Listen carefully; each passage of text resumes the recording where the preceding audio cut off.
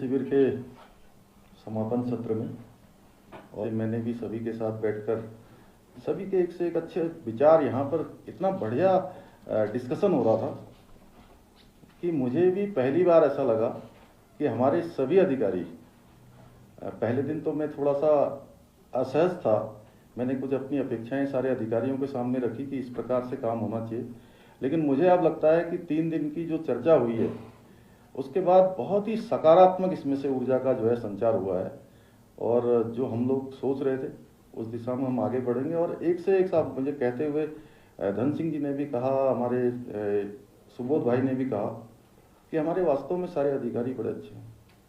हालांकि मैं पहले दिन इनसे कह गया था कि वो क्या कहा था मैंने, मछली और कांटे में तो नहीं अटक गए कहीं तो लेकिन मुझे लगता है कि आप लोगों ने बहुत सकारात्मक यहाँ पर चिंतन किया है, बहुत सारे सुझाव आए हैं, जैसे मैंने नोट भी किए हैं। लगभग ये 16 ऐसे सुझाव आए हैं जो बहुत महत्वपूर्ण हैं, लेकिन अगर वैसे सुझावों की बात करें तो मैं समझता हूँ संधू साहब कितने सैकड़ों में होंगे, 500-700 के करीब होंगे। और हम लोगों ने ये तय किया है, संधू साहब ने, हम लोगों ने, सब लोगों ने, कि कैबिनेट की बैठक करेंगे इसके बाद, और कैबिनेट की बैठक में सारे सुझावों पर एक साथ चर्चा करके उसमें से फिर जो भी सुझाव हम लेकर उसको आगे क्रियान्वित कर सकते हैं उन सभी को क्रियान्वित करेंगे। जहाँ तक प्रश्न है, ये हमारा जो चला है शिविर, सभी लोगों ने अपनी अपनी बात, अपने मन की बात को साझा किया यहाँ पर, और मैंने भी आप सब लोगों के सामने अपने मन की बातें साझा की हैं। तो अभी हम लोगों को ध्यान देना है, मैंने और महाराज जी ने एक दिन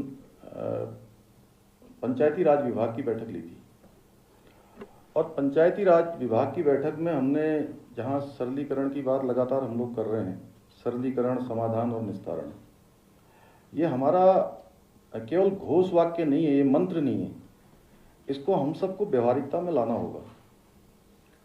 और हमारी जो ग्राम सभाएं हैं वो मजबूत कैसे हों, आदर्श ग्राम सभाएं कैसे बने, क्योंकि चाहे प्रदेश का विकास हो या देश का विकास हो, ये तभी आगे बढ़ेगा जब हमारी सब ग्राम सभाएं मजबूत हों, जो सबसे निचली इकाई है। और देखिए, मैं थोड़ा सा अगर आध्यात्मिक बात करूं तो ये जो मनुष्य का जो जीवन है, ये बहुत अंत है, भागवत है, सब कहते हैं कि मनुष्य का जीवन एक बार पूरा हो गया तो पता नहीं 84 लाख योनियों के बाद फिर मिलेगा।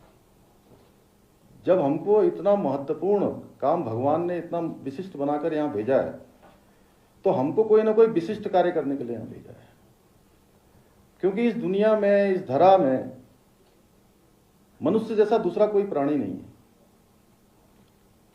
जिसके पास जहाँ विचार करने के लिए दिमाग है, बुद्धि है, देखने के लिए आंखें हैं, सुनने के लिए कान है, हृदय में हर मनुष्य के लिए, हर प्राणी के लिए करुणा रहे, उसके लिए हृदय है, चलने के लिए पैर हैं, हाथ हैं, काम करने के लिए। तो जब हमको भगवान ने इतना विशिष्ट बनाया है, तो हमको भी विशिष्टता के साथ ही अपने इस जीवन को सफल और सार्थक कैसे होगा, इस चिंतन शिविर से यह लेकर जरूर जाने की जरूरत है। और जो हम योजनाएं बनाएं, जिन योजनाओं को भी हम ये सोचें कि इन योजनाओं को हमने शासनादेश के रूप में क्रियान्वित करना है, आगे नई योजना के रूप में लाना है, तो वह नई योजना क्या समाज के अंतिम छोर में खड़े हुए व्यक्ति के लिए कितनी उपयुक्त होगी। क्या हमको खुशी नहीं होगी कि हम ऐसे लोगों के जीवन में कोई रोशनी देने का काम करें, उम्मीद देने का काम करें, उनके जीवन को बदलने का काम करें, उनको रोजगार देने का काम करें, उनके पास तक सुविधाएं पहुंचाने का काम करें। अगर हम ये कर पाए तो मैं समझता हूं कि बहुत बड़ा काम होगा। बहुत सारी योजनाओं के बारे में हमने यहाँ डिस्कशन किया है, और मैं सच बताऊं तो मैं जिस दिन पहले दिन आया था संधू साहब, मुझे इतनी उम्मीद नहीं थी, और हालांकि मैं हमेशा सकारात्मक सोचता हूं। आपने देखा होगा, चाहे कोई भी परिस्थिति हो, आपने मुझे मुस्कुराते हुए देखा होगा।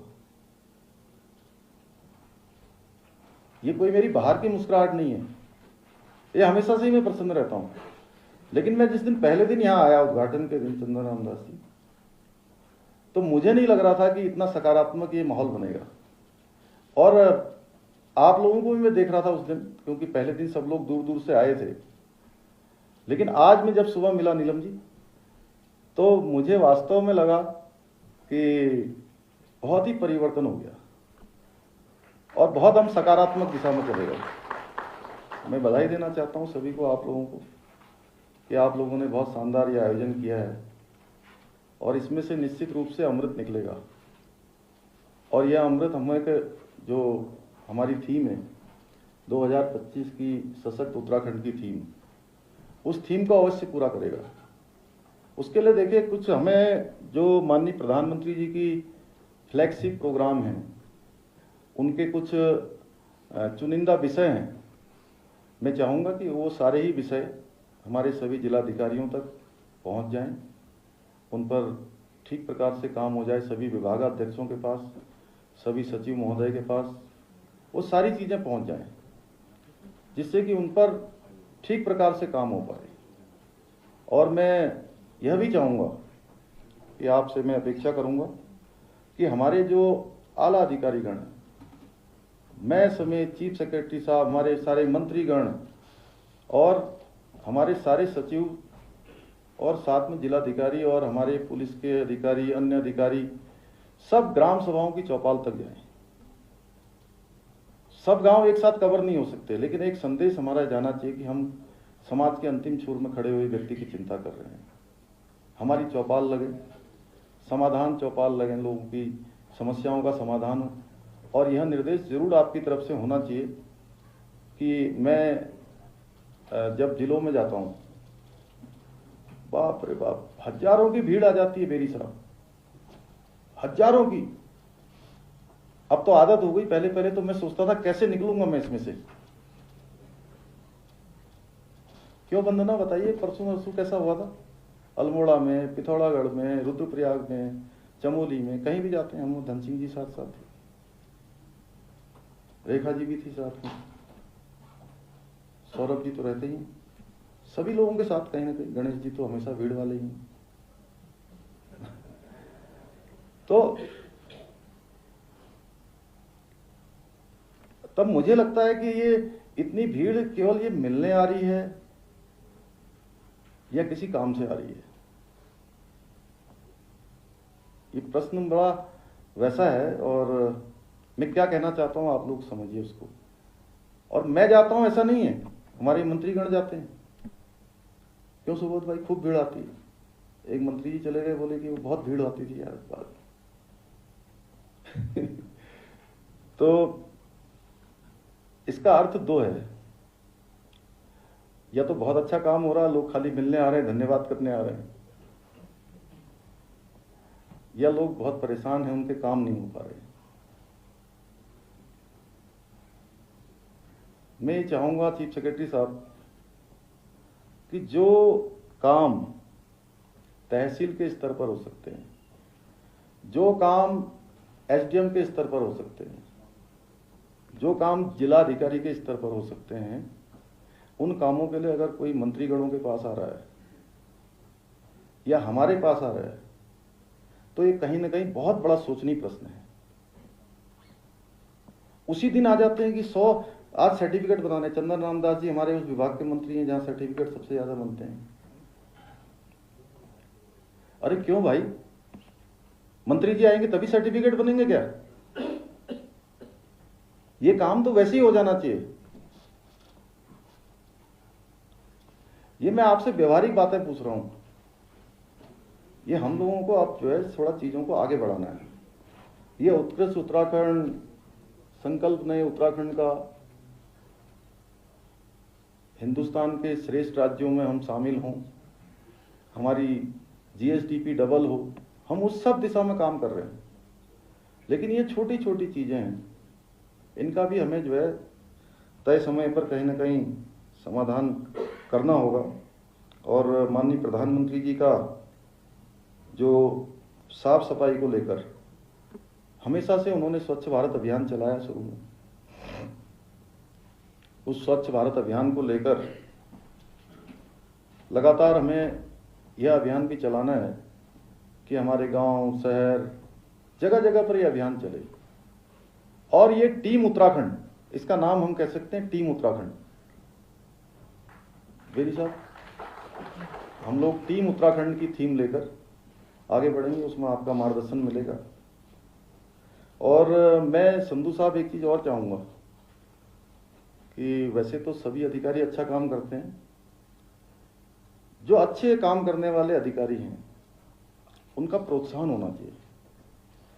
वो इसलिए भी होना चाहिए कि जहां उनको लगना चाहिए कि मैंने बड़ा अच्छा काम किया है, इसके साथ साथ उनसे प्रेरणा पाकर दूसरे अधिकारी भी अच्छा काम करें।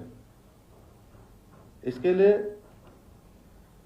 कोई भी उत्कृष्ट सेवा पुरस्कार या कोई अन्य पुरस्कार हमारे राज्य में प्रत्येक वर्ष जो है, जिस दिन भी हमारा स्थापना दिवस होता है, 15 अगस्त, 26 जनवरी, जो भी दिन हम निर्धारित करें, उस दिन हमको ये देने की एक व्यवस्था, उसमें क्या हो सकता है वो आप देख लीजिए, वो कैसे करना है, क्या धनराशि हो सकती है, क्या कर सकते हैं।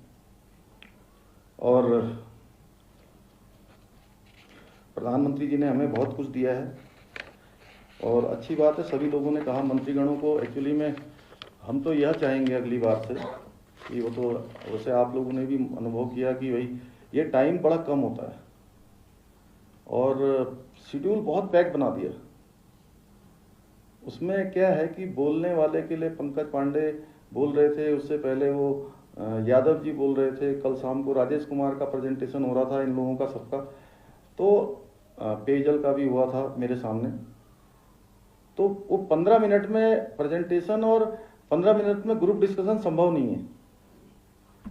और अच्छा ये होगा कि इसमें कम से कम हम अन्य कैटेगरी के लोग भी अभी शामिल करें, जैसे माननीय मंत्रीगण तो उसमें है ही हैं और हम लोग भी रहें उनके सामने। जो है ये अगले 6 महीने में फिर से हम इसको करेंगे और 6 महीने में करके कुछ और जो विशिष्ट महानुभाव हैं जिनका इस क्षेत्र में अच्छा वो रहेगा और अनुभव रहा है, विशिष्टताएं प्राप्त की हैं, उनके अनुभव लेकर भी हम आगे बढ़ेंगे।